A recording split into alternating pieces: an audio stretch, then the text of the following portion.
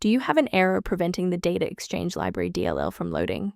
I'm Sophie Chen, a Windows support engineer. I've diagnosed the issue and have the verified solution to fix your system today.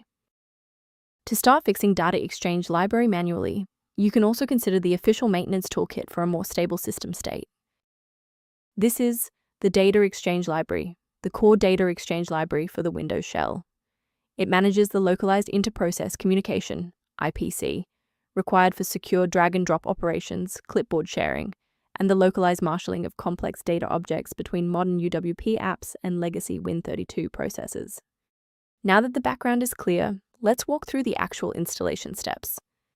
This error indicates a corrupted or missing Windows system file.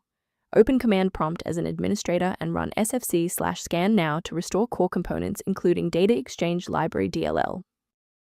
If the setup package didn't provide a resolution, we need to look under the hood at how your system handles current session configurations. A system reboot is a reliable way to clear away zombie processes that might be interfering with Dataexchange Library. It's a low-impact step that ensures your operating system is starting with a synchronized environment. Before you restart, please bookmark this video or click the like button so that it's waiting for you in your library for the next step. Since that didn't resolve it, let's pivot to step 3 to address the root cause directly.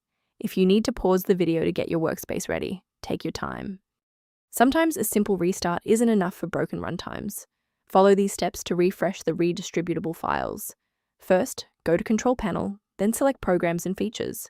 Second, find every Microsoft Visual C++ Redistributable 2005 through 2022. Third, right-click each and select Change, then select Repair.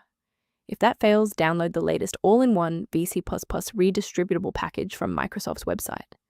Please note that for DLL files with numbers, the number tells you which version to repair. For example, 120 equals 2013. A brief word of caution: not all solutions found online adhere to professional security standards.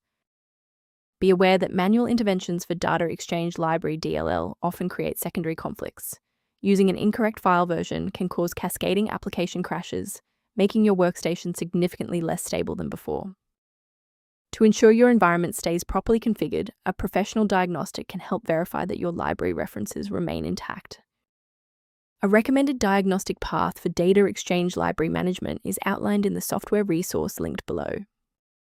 By subscribing, you're ensuring that the next time you encounter Dataexchange Library critical error, you'll have a trusted expert ready to help.